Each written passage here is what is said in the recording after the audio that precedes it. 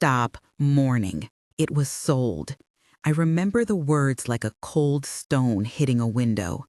I was standing in the kitchen with the coffee cup still warm in my hand and my heart banging against my ribs, the steam fogging my glasses for a second, and my son Mike was looking at me like I was a stranger in my own house.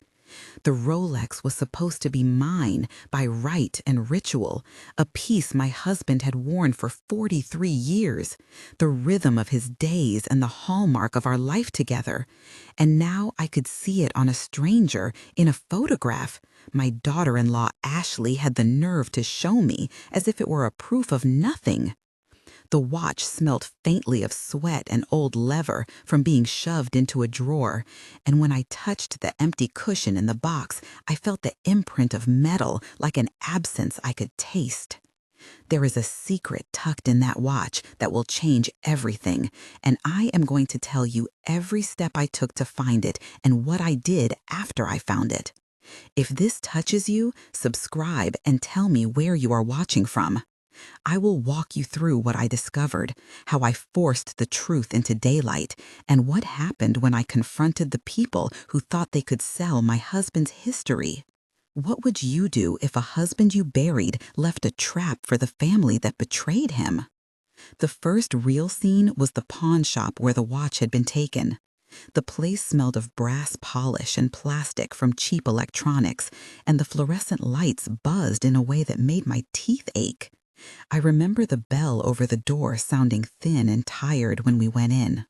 Carlos, the pawnbroker, wiped his hands on a blue rag and looked at me with the professional softness of someone who buys grief for cash. Mike stood too close to me and kept checking his phone. I put my palm over the empty box and said, "This was Frank's. Where is it?" Carlos answered in a voice that tried to be kind. "We bought it from a man last week, Mrs. Carter. He gave a receipt." I asked, "Who was the man?" And he said, "Just a guy, said his name was Tom or Joe. I did not ask much. He was in a hurry." I pressed, "Can you show me the ticket, the receipt?" And he dug in a drawer and produced a yellowed slip with a scrawl and a store stamp. "Here." Mike snatched it. "This is proof," I said. "Why would he sell it?" Carlos shrugged. "People sell things they think they do not need anymore." Ashley, who had come with us, folded her arms and said low, "Maybe it was time to go." I said, "You sold it?" And Mike said sharp, "Mom, calm down. We were trying to help with bills." I said, "Help by taking what belonged to my husband?" And he said, "We paid the rent this month because you are getting slow." The words cut like ice. And in the middle of that cramped counter, I found an envelope taped under the cushion of the watch box, a thin brown envelope that smelled faintly of cigar smoke and salt. I asked Carlos to open it, and he hesitated, and then said, "You sure?" I said yes, and my fingers found the paper folded like a map. Inside was a small typed note with a bank code and a number, and the word inheritance underlined in haste, and a slip of paper with an address for a safety deposit box. There were 8 exchanges there at the counter at least, and each reply tightened the rope around my throat. The sound of coins in the jar, the ticking of a cheap wall clock, the hum of a backroom fan, the metallic clink when Carlos dropped the watch box, and the sour smell of stale coffee in a paper cup, all layered into a moment that felt like a verdict. That envelope was the first physical hint that the watch was more than jewelry. It was a key. Back home, I started an old-fashioned investigation because phones and attorneys could not be trusted yet. I cleared the drawers Frank left as if walking through his body. He had kept things in odd places, receipts under hymnals, little notebooks wedged inside coat pockets. I had spent 3 decades making lists and balancing checkbooks, but I knew nothing about offshore jargon or coded bank names. There are rules you learn when you survive a family the way I did. My backstory is simple, and it is necessary. I grew up in a small town on the river, with a mother who embroidered names into handkerchiefs and a father who worked the docks. We were not wealthy, but we had dignity. Frank and I met at a diner where he spilled coffee on my apron and apologized like he meant it for the rest of his life. We married young and built a life that was quiet and careful. I raised Mike and taught him how to fix the toaster and how to be punctual. Those days taught me to notice small things, to smell when a story was off, and to keep a ledger in a kitchen drawer. Later, when bills got heavy, I went back to school at night to learn bookkeeping, and I ran a small office for a local nonprofit for years. That work gave me a skill no one in my family valued until it was necessary. Those skills are what led me to notice the pattern in Frank's notes and to follow the thin red thread that started with a sold watch. The second part of my backstory is about loyalty and betrayal. Loyalty felt like a rule carved into the bone of our marriage. Betrayal smelled like perfume on a sweater and the easy excuses of people who think wrongs can be smoothed over. I spent 2 long evenings on the computer scrolling through bank records I coaxed out of old emails and digital receipts. I used terms Frank would have used and found clues: a transfer labeled estate protection, a recurring small deposit into an account with a name that looked like a typo, a registered P.O. box 3 towns away, and a receipt from a locksmith. I called an old friend of Frank's, a mechanic named Thomas Chen, and he answered with surprise. Frank kept a safe deposit box? I said, "Did he ever tell you?" And Thomas said, "Not to me, Jenna. He was a private man." I then called Linda, our neighbor, and she said, "I saw him leave with a briefcase last month. He looked worried." I wrote to an investigator I had once met at church named Maria Lopez, and she replied, "I will look into the bank records and forensics on the documents. We can probably get a subpoena." I remember the smell of printer ink and the cold touch of the glass desk as I printed maps and notes. Every click was a small hammer driving at a sealed door. I found a digital breadcrumb, a registration to an online safe deposit service, and an uploaded file labeled Will Final with a timestamp from 2 weeks before Frank died. That file would not open without an authentication code, and the code was the same sequence found in the tiny envelope from the pawn slip. When I saw the file name, my hands shook so badly I had to set the coffee down with both hands. I felt both dread and a strange relief. The code was a promise and a threat. At about 1/3 of the way in, I need you to pause with me because this next part matters, and it matters to you too. I know this part lands hard for a lot of you because when this happened to me, it felt like the whole world decided my fate for me. I know how isolating that is. I want to hear from you. Tell me in the comments your story and start it with when it happened to me so I can find it. When it happened to me, I felt so small that I stopped going to lunches and I hid bills under a cookbook. When it happened to me, my neighbor comforted me with a casserole. I want you to write your truth here because these pages of comments become a map for others. And sometimes the stories here become their own videos and help other people take steps they did not know they could take. If you share one sentence, it will be read by someone who needs to know they are not alone. The community here has changed lives. Now back to what happened after I used the code and found the file. The will was not what anyone expected. There was a recording attached and a note that said, "Listen only in the event of betrayal." After the will unlocked, I called an old lawyer named Richard Torres, who used to handle things for Frank informally, and he answered with the slow tone of a man who has seen too many sudden storms. "If you have the file, leave it with me, Jenna. Let me look at it," he said. "This is bigger than you think," I asked. "How big?" And he said, "There is language here about a trust and a competence clause and a contingency plan." I pressed, "Contingency plan for what?" And he said, "For people who try to manipulate power of attorney to their own ends." I felt my stomach drop.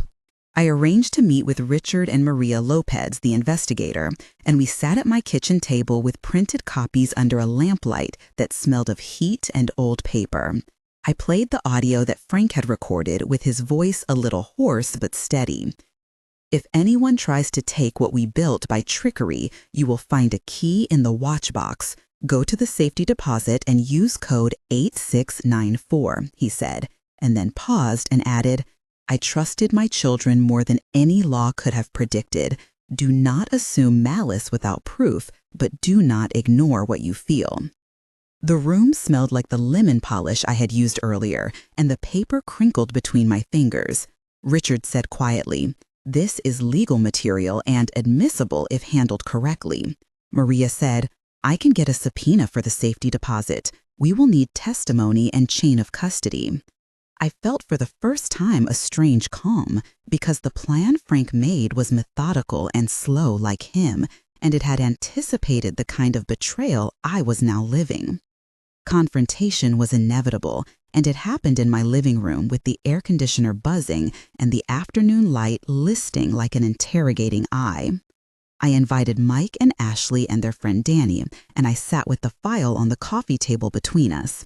I began with a question, and they answered in ways that felt rehearsed. I asked, "Why did you sell the watch?" And Mike said, "We needed cash." Ashley said, "You have been hoarding things, Mrs. Carter." I said, "This was not hoarding. Frank left that to me." And Danny said, "It was in the box. Everyone assumed it was up for sale." I said, "Did you know about the account, the safe deposit?" And Mike went white. "We found nothing. We thought the watch had been lost." I said, "There was an envelope taped under the cushion. It had a code."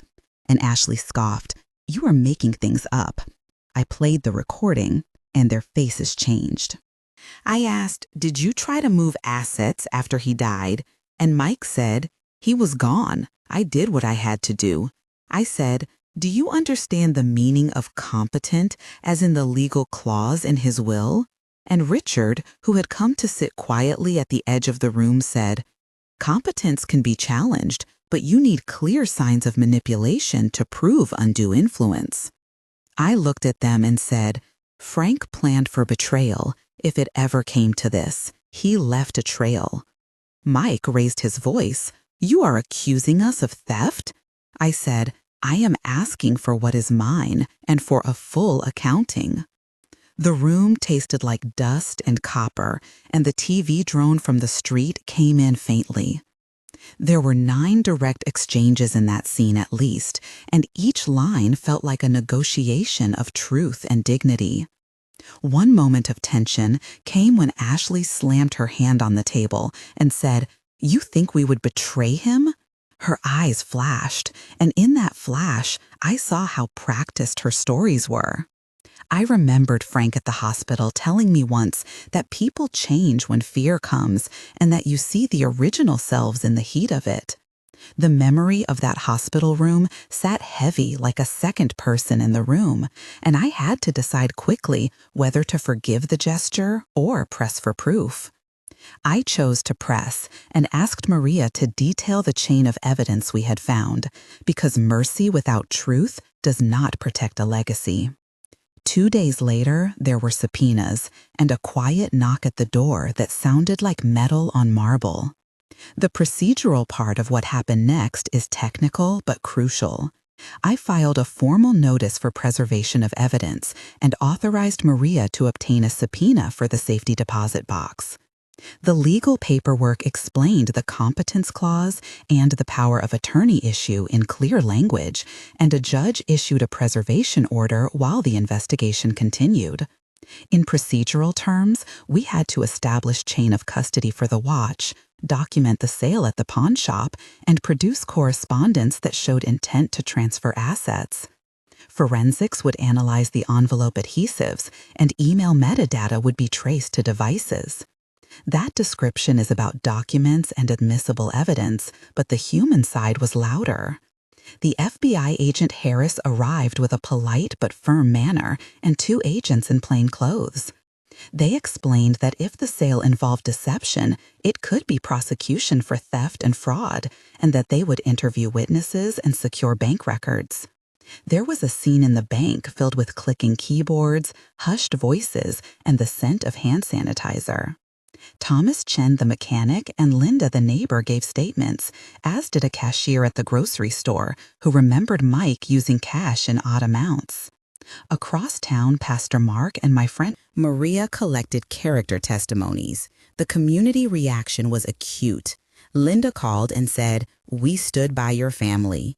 And neighbor Samuel dropped off a plate and said, "This town has your back."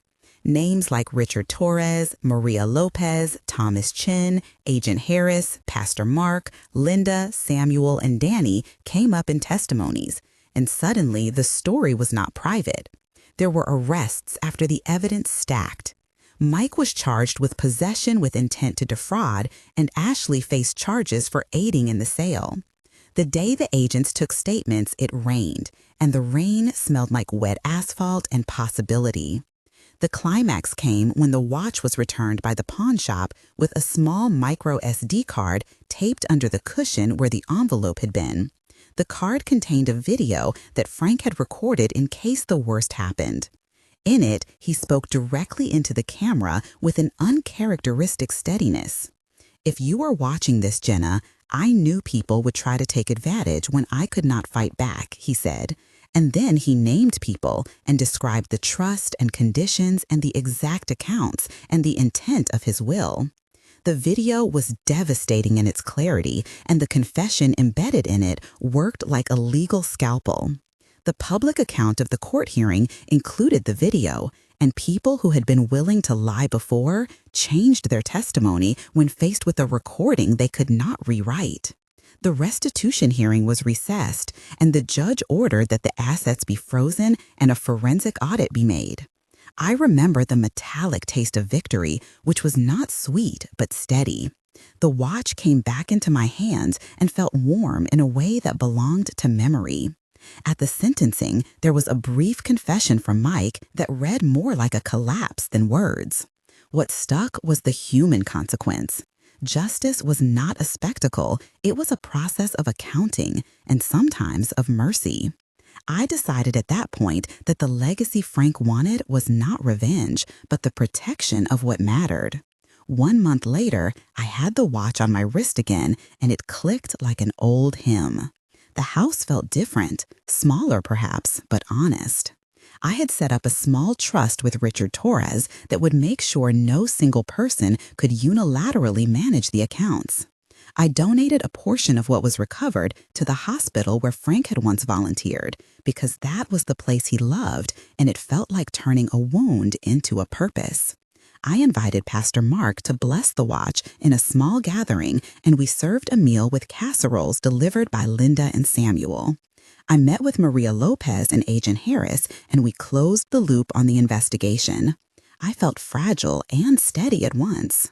3 months later, the community had rallied enough to start an initiative to help elder survivors protect their estates, and we organized a workshop where Maria and Richard taught simple steps about wills, noticing red flags, and avoiding being coerced. The workshop was crowded and humbling, and it felt like the thing Frank would have wanted. People came up to me and said, "Your courage made us act," and I found myself speaking not as a victim, but as someone who had chosen to act.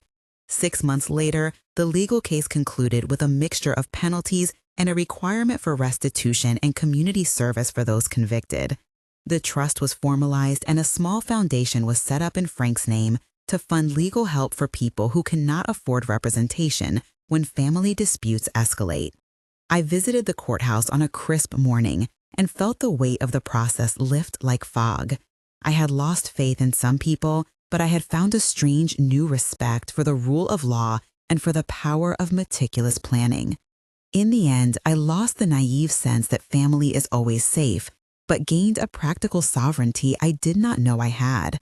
I could have chosen to walk away with a bitterness wrapped in silence, but I decided to turn the betrayal into something that would prevent another woman from sitting where I sat with an empty box and a heavy heart. The watch is back on my wrist, and it keeps time for a life that now includes a foundation, a locked trust, and a community of people who learned to look for small signs. If this story moved you, subscribe for more real cases of family betrayal and recovery, and tell your story in the comments starting with when it happened to me so we can build a map of these experiences. I do not say this as a lesson in vengeance, but as a testament to planning, to the quiet forensics of memory and documentation, and to the idea that legacy can be restored when evidence is respected. Some protections are only discovered when trust breaks.